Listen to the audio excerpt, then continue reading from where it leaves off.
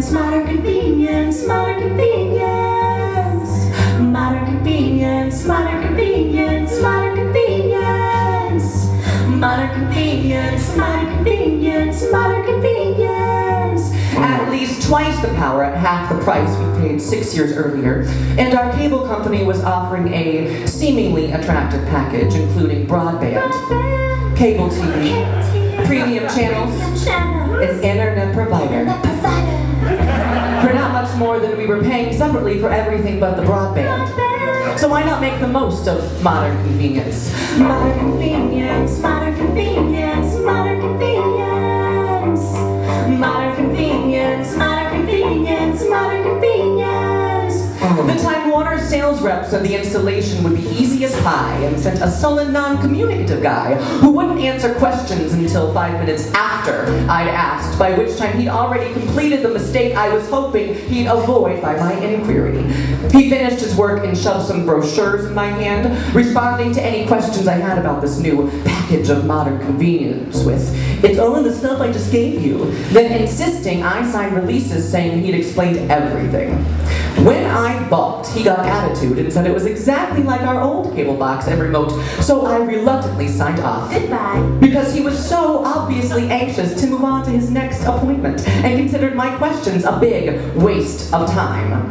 Modern convenience, modern convenience, modern convenience. Modern convenience, modern convenience, modern convenience. Within the hour of his departure, I discovered Bruce's phone was dead. So I dug-owled his MCI bill and called the contact number, which was printed in bold at the top, the only number anywhere on the bill for contacting the company. Imagine my surprise when I got a phone menu in what sounded like Arabic. A whole new world. A whole new world. I hung up, redialed, and got the Arabic phone menu again. Arabian Nights. I hung on in stunned disbelief until an actual human being came on the line speaking the same language. I asked something in English and a male voice said I'd reached the Arabic line and referred me to another number. Then I discovered the cable guy had installed Roadrunner rather than the AOL for broadband we wanted. Thus began hours of calls to the cable company, the phone company, and AOL. You got mail. Does it bug you as much as it does me that whenever you call companies whose business is technology, first you get an endless menu, a phone menu, which seldom seems to offer the option you need for your particular problem. Finally, you choose what you think might get you to an actual human being.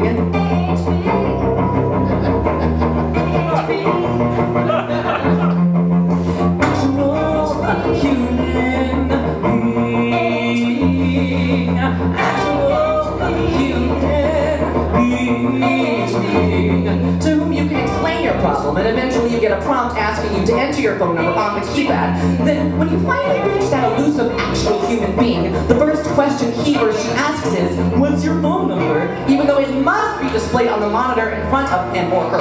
So you tell the AHB your number and verify your address, your mother's maiden name, your social security number, and the placement and configuration of any identifying birthmarks. And finally, he or she asks your problem, which you explain in great detail, so happy to finally be talking to an actual human being who always listens patiently, then says, "You need to call this number." So you do. And it starts all over again. Endless phone menu offering no options which match your problem. Prompt after asking you to touch tone your phone number. Finally, an actual human being who first asks for your phone number, etc., etc., through to, "You need to call this number," etc., etc., etc. Modern convenience, modern convenience, modern convenience. Modern convenience, modern convenience, modern convenience. I don't have time to stew on all the implications of the above because the new cable box is not working. The screen freezes continuously. The DVR, which is costing extra, and picture-in-picture, which don't work. All of which means trying to reschedule another appointment with Time Warner, more menus, enter phone number, etc., etc., etc. Not to mention trying to get them to cover the cost cost of the repair to Bruce's phone line, which their installation guy caused after several hours of the above-described pattern of phone menus, etc., etc., etc. Time Warner makes an appointment for someone to come look at that malfunctioning cable box, but says I have to file a damage claim for the repairs to Bruce's phone, including photos of the offending staple. Kill me now, fuck my life. Kill me now, fuck my life. So a week later, another much more helpful cable guy arrives and says, we need new wiring to the living room cable box. Well, this is lovely news, as last year we did a major renovation and buried the cable boards behind baseboards. So the new guy runs new cable above those and gives us a new box, and lo and behold, everything actually seems to work.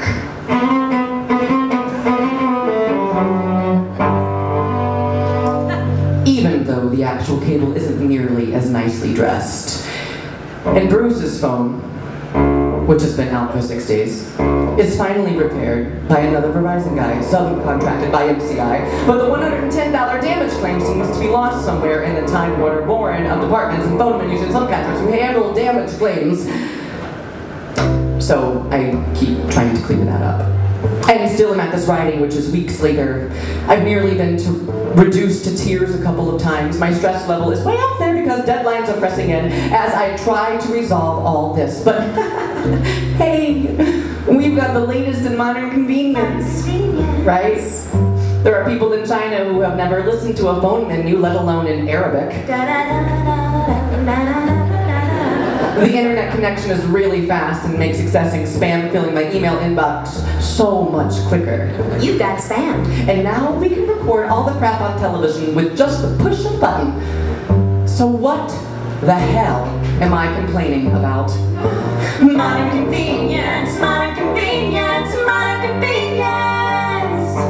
Modern convenience, modern convenience, modern convenience. Modern convenience, modern convenience, modern convenience. Oi!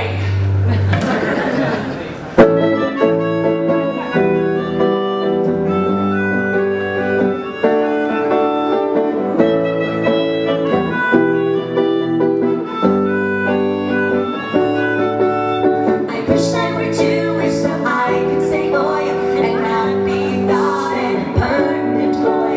It's such a great word for expressing frustration, general annoyance, and mild perturbation. Oh my God, says surprise, and it's good for a shock, and shit will suffice.